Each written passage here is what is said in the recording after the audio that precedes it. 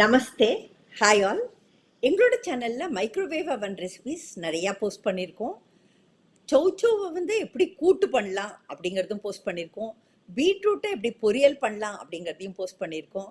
அதே மாதிரி நீங்கள் பார்த்தீங்கன்னாக்கா பாம்பே சட்னி எப்படி தயாரிக்கலாம் அப்படிங்கிறதையும் போஸ்ட் பண்ணியிருக்கோம்.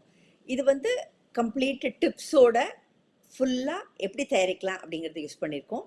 Dishes you thought could never be cooked in the microwave அவன், அதை இந்த மாதிரியான சிம்பிளான டிஷ்ஷஸ் லைக் பொரியல், கூட்டு, ஒரு பாம்பே சட்னி, இந்த மாதிரி நிறைய டிஷ்ஷஸ் நாங்கள் மைக்ரோவேவ் அவனில் எப்படி பண்ணலாம் அப்படிங்கிறத போட்டிருக்கோம். I just named a few.